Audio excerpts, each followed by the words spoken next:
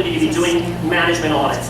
And the first thing that I'm going to do is to make sure that all audits going forward are done by the right parties. And that we also bring in all sorts of stakeholders. If you're doing something, for example, on parking, you bring in the parking business and you bring in the people who park to get their input. Whatever it is that you are doing an audit on, you want to get the most input that you possibly can. But certainly you must have some feeling for the first department or the first agency that needs some audit, needs Absolutely. your attention. What is it going to be?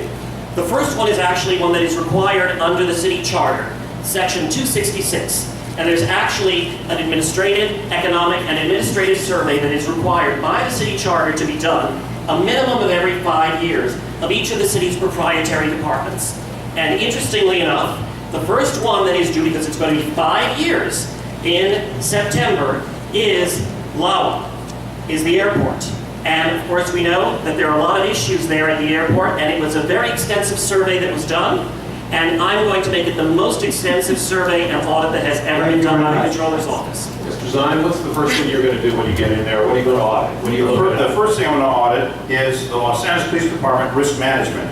We can't keep spending $50 million a year on risk management liability within the Los Angeles Police Department. That is outrageous. That's the first one. Followed by the Department of Water and Power audit to find out why the rates keep going up, why the issues affecting you as the ratepayer aren't changing. Why do we keep on paying more and more and more? So my first two audits are very clear. The Los Angeles Police Department Risk Management, and it's interesting that I received the endorsement by the Los Angeles Police Protective League, Los Angeles City Fire Department, UFLAC. Why? Because they have confidence that I will get to the root of the problem and make those changes, make those corrections.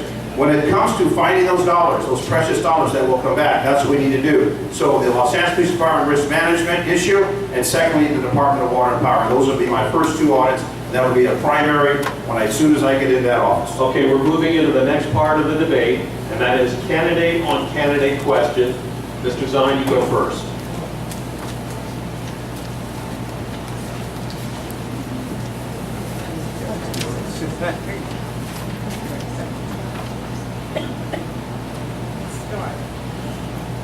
Mr. Galbraith, you were chairman of the Core Commission on Revenue Efficiency. One of the top recommendations of this commission was to hire a collection sheriff. The chief administrative officer stated on the record that this process for hiring a collection sheriff was delayed because you were openly campaigning for the job, and the city attorney determined that it was a clear conflict of interest. My question for you is, do you admit that you were campaigning for this six-figure job that your commission recommended be created? And if so, wasn't that a conflict of interest? If not, was Miguel Santana lying? 30 seconds to ask the question. I find it unbelievably insulting that this man would stand up here and criticize the work of the Commission on Revenue Efficiency. I, along with 7 of my colleagues, we worked for a year and a half, free, by the way. Unlike Mr. Zine, we had 50 meetings, not to mention a lot of other work that was done to produce a whole series of reports that identify $450 million in annual opportunities for the city. By the way, I was asked whether I wanted to take this position, and it was, in fact, clear that it was something that would be a conflict of interest, and so I did not even apply for it. And what I did is very much support it, and have worked with the person who got that job. And while Mr. Zine opposed the creation of that position, we were in favor of it because we thought to ourselves, we wanted to make sure that the work of the commission continued after the commission got out of business, and whatever this guy is being paid is being more than made up when you look at the tens of millions of dollars that have been uncollected because of, quite frankly, the ignorance and the lack of attention on the part of the City Council. I don't know that you answered the question, though, Mr. Galbraith. I thought he was asking if you were campaigning for... I'm campaigning for this. I was not campaigning for that job. I was asked whether I wanted to serve, and if it had been appropriate, I might have considered it, but it was not appropriate, and therefore, I did not campaign for it. It's false. You get to ask the next question now. Mr. Galbraith asked the next question. I asked him another question. He asked me another question. He's going to ask you a question. All right. There you go. 30 seconds for the question, a minute 30 for the answer. Councilmember Zine, according to the City Controller's most recent audit scorecard, there are currently 27 audits pending and needing further action in your committee, which you chair. The council file management system identifies another 63 pending files, including, by the way, the Commission on Revenue Efficiency's reports that you have not heard. Now, you canceled 2 of the committee's last 3 meetings. My question is, are you planning on having any more committee meetings before the time is up on your council? And if so, which audits are still pending that you plan to take up before your final retirement from the LA City Council? Every single audit that has come before my committee, every single one has been acted upon. Every single one is moved to some degree, whether a department is agreeing or disagreeing. There's a whole process. When an audit is done, a department has the opportunity to respond. Are they recommending approval or denial or modification? So every single one has been acted upon. New policies have been implemented in many cases. Report backs are due from many audits that have been done. Recommendations have moved forward. Implementation. And the scorecard clearly shows that action is being taken. Now, when the policy is adopted by the City Council, whether that's effective or not is another story. But every single audit that comes forward has some movement, whether it's going to be a response by the department saying, we agree, we're going to implement those recommendations, or additional information is required and necessary. There are none standing. And the reason why we didn't have any meetings the last couple of times that we were scheduled is because there were no audits that have come forward by the Controller's Office, because the Controller's Office hasn't issued any. But we will clear all those audits that are pending, if there are pending, but right now there are none pending. Everything's been acted upon. Okay, Mr. Zine, you get to ask the next question.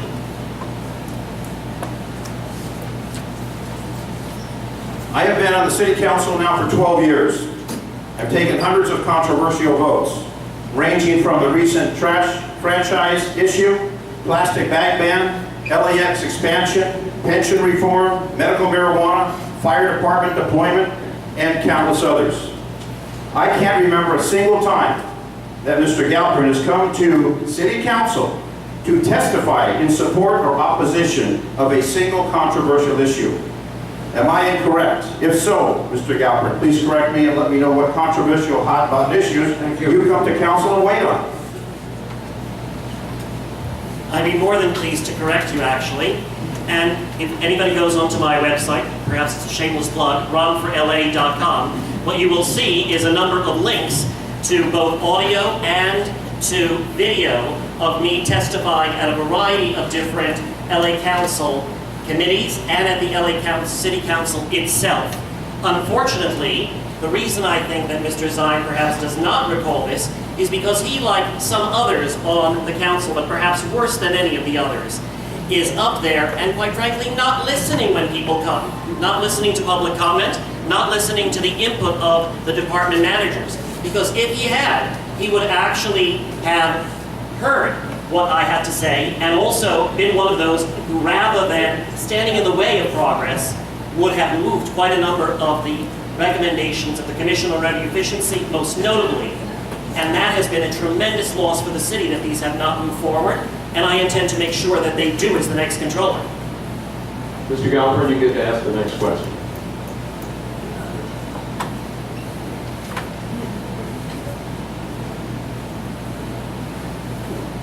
You actually asked part of the question that I had, but there were a number of quotes actually. It wasn't just from the LA Times, which said that he has made little of the opportunities that he's had, and that he has done little to root out wasted inefficiencies.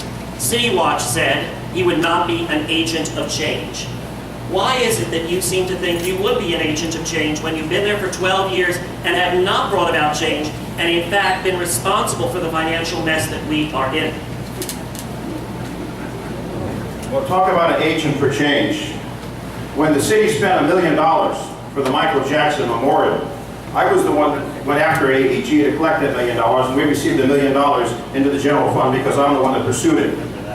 When a firefighter claimed that he was discriminated on and wanted almost $4 million, I was the one that caused the first veto of the mayor of Los Angeles on that particular issue. I have been an agent for change because I have been cognizant of you, the taxpayers, and how we need to represent you and defend those tax dollars. So if you look at the record, I think you'll find it very clear. So I have been the outspoken critic many times. The officer from the school police had shot himself at El Camino a few years ago. I was the one that pursued that on a civil claim and received that money back into the general fund for the city of Los Angeles. So I think the track record is very clear. But I have demonstrated the support, demonstrated the independence, demonstrated the ability to move forward and to make those changes, bring those dollars, and I have been the agent for change continuously. And when I take the no vote, as I did recently on the LES expansion, I was one of the few that took the no vote on that. And that obviously cost some business folks some anguish, but it's not right for Westchester. When I voted to modify pension, for all new city employees, I lost the support of 2 city unions. Who got that support from those 2 city unions? Mr. Galper got the support of those 2 city unions, because they told me if I go for pension modification, they're not going to support me. They support Mr. Galper. That's an issue. Stand up for change. Do what's right for the people. Okay, we're going to start now with the next segment of the debate, which is answering your questions. In many ways, the most important part of the debate. And I think the first question goes to you, Dennis, because the last question was asked by Ron. Actually, I'm going to ask this to both of you, but you're going to go first. And I'm surprised, you both mentioned DWP, but I'm surprised not in more detail. So I said I'm on DWP. The question is, when are you going to audit DWP, and what exactly are you going to be looking for? What are you going to be auditing? Wendy Rule says she's done 8 audits of DWP. But there's obviously still more to be done. What are you looking for? Well, what I said is I want to audit the risk management with the Los Angeles Police Department, where we're spending up to $50 million a year on liability. And as far as the Department of Water and Power, why is there a disparity between a clerk in the police department, fire department, Rex and Parks, and a clerk in the Department of Water and Power? When you look at the salary, you look at the benefit, you look at the pension benefit, it's miles ahead. It's gotten way out of whack. But what happens is it doesn't affect the general fund, it affects the ratepayer. That needs to be examined. That's one of the first 2 audits I'm going to do. Those are the issues: salary, pension, and why are the ratepayers keep on paying more and more and more? Yes, we have an aging infrastructure, but you look at the compensation package, that compensation package is excessive compared to the other city employees that do the job to protect the people in many different categories. Mr. Galper, same question. First, it's really interesting that Mr. Zine talks about the #1 issue that he has, which is police department risk management. Absolutely, it's an issue, but it's about $50 million, and even if we reduce it significantly, it's going to help the budget, but it's not going to solve our problems by any means. It's really only a part of the problem. A couple things. #1, when you talk about DWP, it's DWP's union that is supporting Dennis Zine. They're not supporting me. By the way, police and fire are also supporting him. I do get support from the civil employees of the city of Los Angeles, but that's because I've had a lot of work with them in finding ideas to actually save the city money. But 70% of the money goes to police and fire, and when you talk about doing certain changes to pensions, this didn't even touch that 70% at all. So it's really a very false statement to say we've done it, we've accomplished it. It's absolutely not true.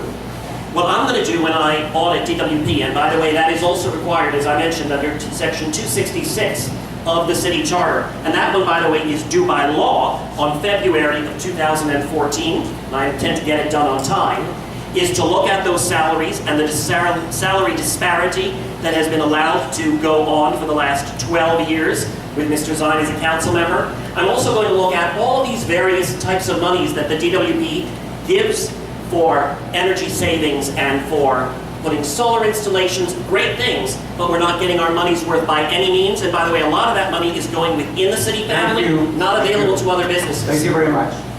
Okay, Mr. Galper, you take the next question first, and that is, what are you going to do to actually implement savings that you find? I mean, Controller Wendy Gruhl has complained often.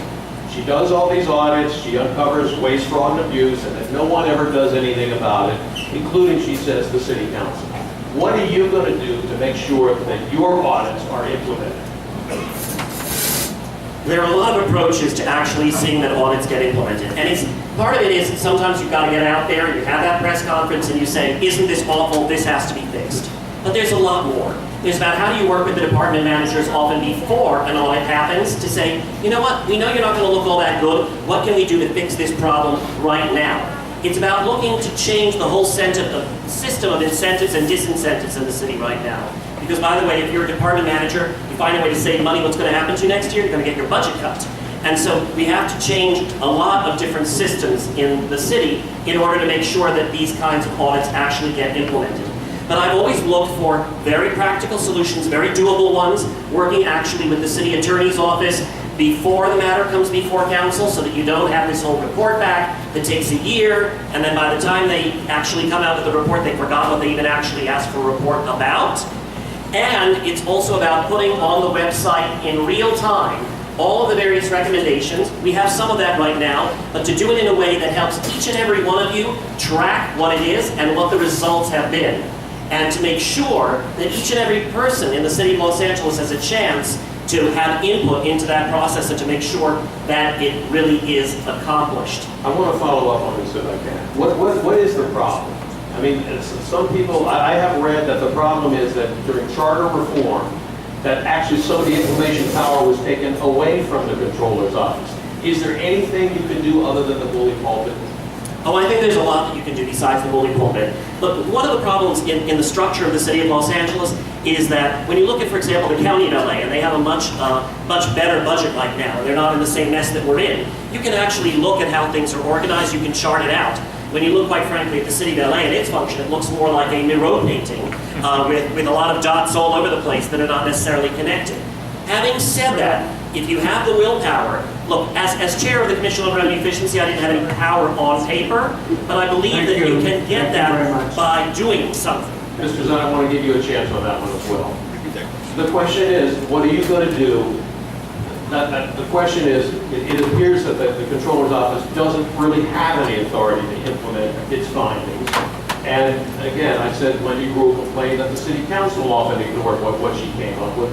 What are you going to do? What's the power? Is it simply the bully pulpit or is there more? Thank you, Dave. You do have the bully pulpit, but let me give you an example. March 1st, the controller issued a report saying that the city of Los Angeles revenues were going to be $90 million ahead because of property value increasing and documented transfer tax. $90 million additional dollars. That was March 1st. You know what happened on March 5th? You were asked to vote for a half-cent sales tax increase, which the voters turned down. The controller issued a paper on it. Did she go out and have a news conference? Did she go out and try and work with the council members and the mayor and the police chief and try and say, hey folks, there's $90 million additional dollars coming in that the public doesn't know about. Maybe we don't need to have this half-cent sales tax. Yes, you have the ability to go to the media through the people, but you also have to have a working relationship with the council and with the mayor. You need to have an established working relationship. You don't have power as the controller to implement policy change, but you do have the ability to audit every single department, airport, water and power, police, everything. But you need to have relationships established to get those matters moved forward, and also the access to the people, because you are an independent office. You're separate from the mayor, separate from the council. You are elected to represent each and every one of you, and you need to use that authority for the benefit of the people who are paying the bills. That's the taxpayers. So yes, there are ways to do it. There are ways to influence the council. You need to go to the budget hearings. You need to be there as the controller to make sure they're not spending more than they're bringing in. You need to be accurate with that. And when I talk about my 5-point plan, remember, real-time numbers that are posted online, so you'll know what the department has, what they're spending on. So we will have accountability, which does not exist at this particular time. It exists in New York. You can go to the website and you can find out exactly what the departments are spending their money on and how they're spending it. We need to have that situation here in the city of Los Angeles. That's part of my 5-point plan that we'll bring into play. So that is the way we will make it happen for each and every one of you that are a part of the city family, that are paying taxes. Thank you. You need to have a better treatment than you have now. Mr. Zine, next question for you first. Wendy Gould claims she found $160 million in waste, fraud, and abuse. How much of that was acted on by the council and why wasn't more done? Well, the question comes up is where was that money found? Wendy Gould was a council member. She's been a controller for 4 years. I have heard the commercials on that. I haven't seen it. When we look at the core report, hundreds of millions of dollars, Mr. Campos, who is looking at that, saying we have money that is actually coming to us in 2 areas. One is ambulance billing. We're at national average, which is not very effective, and parking tickets. When you talk about money, where Wendy found that money, where that money is, there's a big question. Where is that money? Where's it coming from? Why isn't it being collected if it needs to be collected? But I believe in responsibility, as I have been as a council member, making those dollars work for the people in my district. You can ask the folks in the 3rd district, are they getting the benefits that they're paying for? So I cannot answer specifically where that money was or what happened to it. It was a statement that came out during her campaign. $160 million. Where is it? I don't know where it is. The fact is that was a campaign statement by Controller Gould. Mr. Galbraith? The amount that's out there that is wasted and the amount of lost opportunities that we have well exceeds $160 million. And let me give you a couple of examples. How many of you hit a pothole recently? Pretty much everybody here, right? But guess what? The City of LA actually owns 2 asphalt plants. We have an ownership interest in a 3rd. That means you and I actually own that asset. And yet it's an underutilized asset. And one that we could be creating more revenue from. One that we could be helping to pay the employees that we have, not to mention filling more of our own potholes. It's one of the vast number of assets that we have in the city. Now, how do you begin to even calculate what those lost opportunities are? But they are in the tens and probably in the hundreds of millions of dollars when you look at our real property, thousands of acres of farmland that we own in Kern County, the list goes on. You look also at the opportunities when it comes to our own procurement practices. We buy billions of dollars worth of goods and services every year. And by the way, the city pays sales tax on just about everything it purchases, just like you and I do. And guess what? It pays that sales tax to other jurisdictions. And so the good news is that they get to hire a few more police and fire. The bad news is, unfortunately, we don't. How do you even begin to calculate that? Although, one of the things that I did in one of the reports of the Commission on Revenue Efficiency was to begin to qualify what the impact of that is. So, it's about the assets of the city. It's about not just waste, fraud, and abuse, although there's plenty of it. Some of it just is about stupidity. Because I looked at, for example, 5 construction projects that went $100 million over budget. And it was really foolishness. Okay, we're going to move into the next segment, the lightning round. John Eisen, who's much faster on his feet, is going to take over for this. So I'd like you to try to answer yes or no. But if you have to say something else, just a couple words here and there. All right, are you ready? We'll go back and forth very quickly. Here we go. We'll start with you. And we'll each of you can answer the same question. All right, Measure A on the March ballot. This proposal to raise the sales tax by ½ cent. Favor it or oppose it? I was opposed to it, and I advocated don't vote for it. I was also opposed to it, particularly when I looked at how much the city itself pays in sales tax to other jurisdictions. Thank you. Next. Proposition 13. Do you support changing it?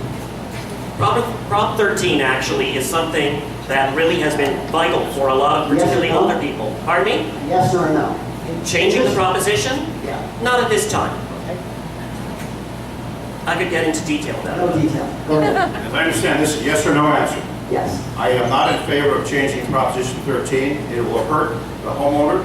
It will hurt the business folks. I am not in favor of changing it. No. If you were going to change something, what one thing? Well, I recommend it, and it's going to change the 1st of July, the pension for civilian employees in the city of Los Angeles. Talking about Prop 13. Well, Anything the about- Prop 13, I would leave Prop 13. A lot of property, as soon as it changes hands, Proposition 13 then ends. It's only as the folks that are currently living, that have lived there for a long time, it doesn't affect new purchases. That Proposition 13 wipes out. If you're going to change one thing, what would it be? Prop 13.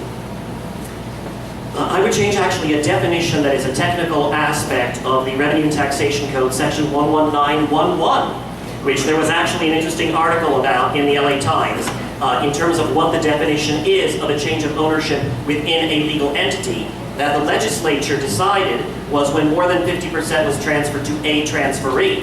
Without getting too wonkish, what that means is if you have a piece of property and you transfer 1/3 to her, 1/3 to her, 1/3 to her, you avoid reassessment. All right, the runway at LAX, moving it further north. Favor or oppose?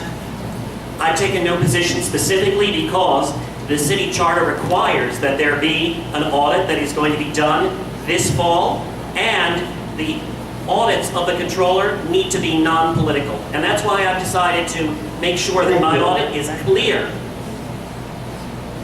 Favor I or will not oppose? ride the fence. I will tell you honestly, I voted no in council. I voted no because we don't need to expand LAX. We need to modernize LAX. We need to regionalize and use Ontario to the best of the ability. I took the position, I don't ride the fence. I give you an answer, yes or no, and I voted no on that All right. modification. Measure D on the ballot next week, medical marijuana. I Yes support or no? Measure D. Yes, I support Measure D.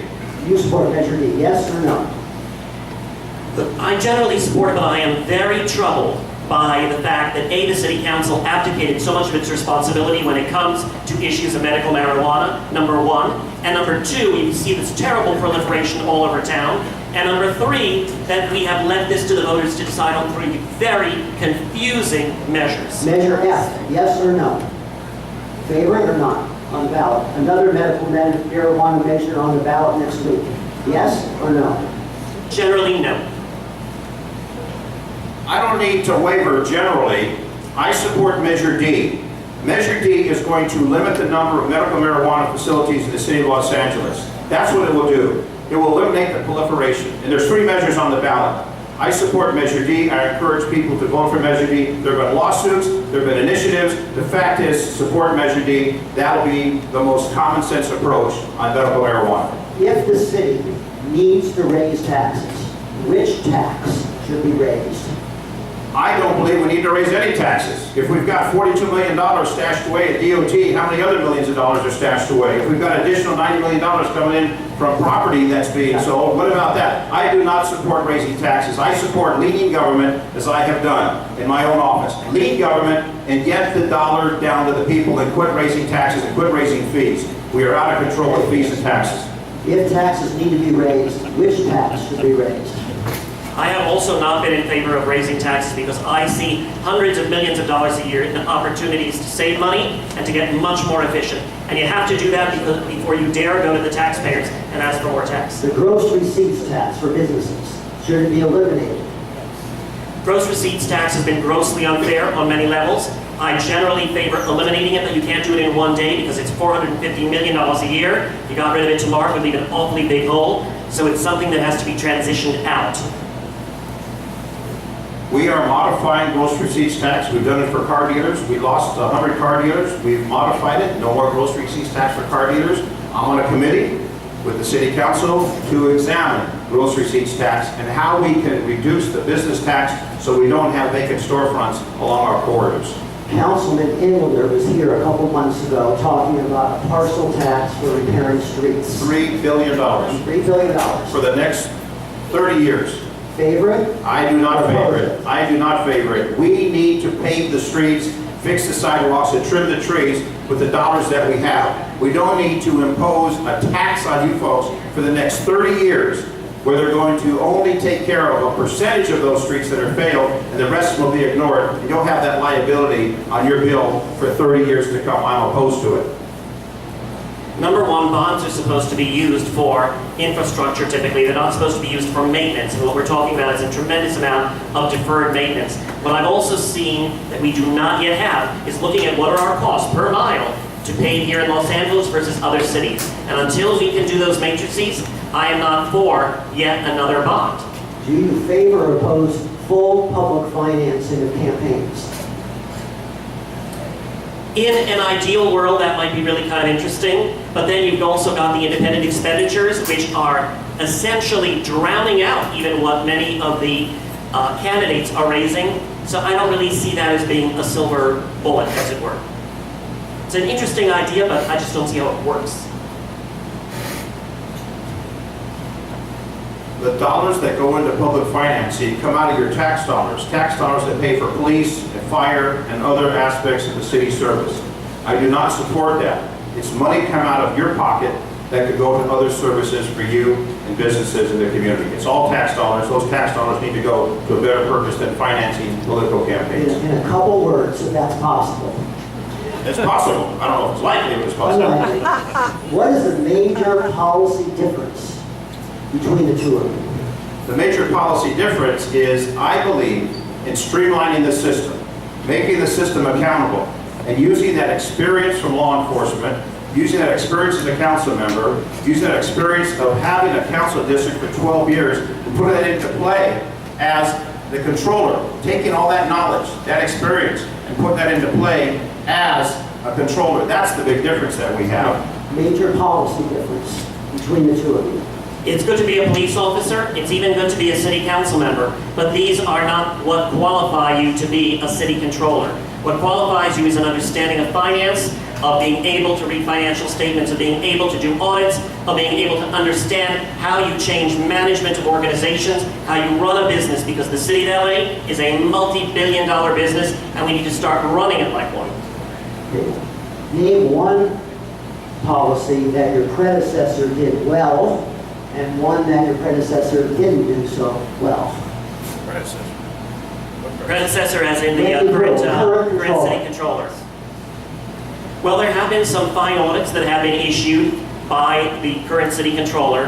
but many of them, unfortunately, have not been implemented.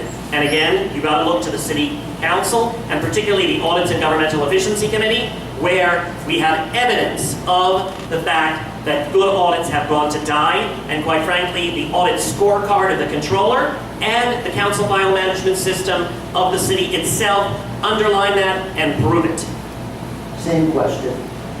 Well, I will defend what I've done as the audit chair, the time I've been the audit chair, that we have moved matters forward. As far as what Wendy Gruhl did, I thought the audit that she did best to save you folks a lot of money, a $500 ticket, was the audit that we moved forward with on the elimination of photo red light. That was done by the controller. We took that to my committee. We then made a recommendation that policy was changed and photo red light was removed from the city of Los Angeles. That was an effective measure to save you folks the aggravation and the hassle, and it was really not a very effective tool, but it was a revenue producer, and that was one that I thought was wonderful. Okay, before we do the closings, before you leave, please clean up, otherwise, you know the drill. Second of all,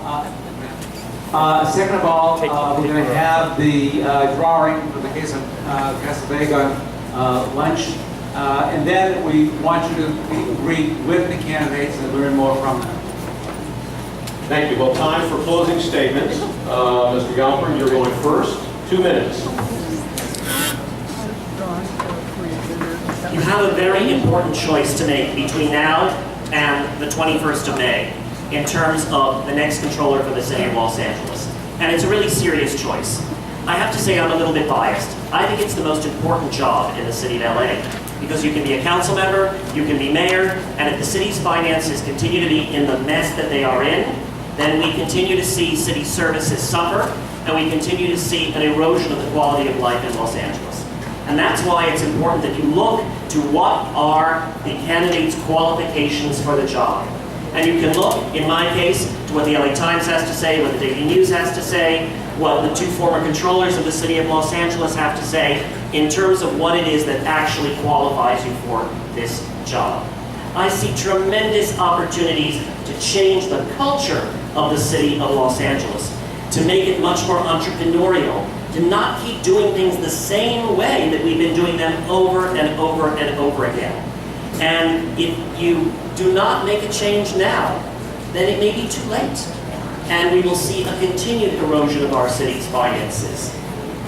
That's why I'm running for this position. I bring to it the experience that I have from the outside, the experience that I have from the inside, and a tremendous desire and belief that we can really make a change in the city of Los Angeles, using our assets in a better way, looking at how we do our purchasing, looking at how we really manage, and not just saying we're going to hold everybody accountable with a hammer, but to actually change it from the inside. And each of you are going to have an important role in making sure that that happens.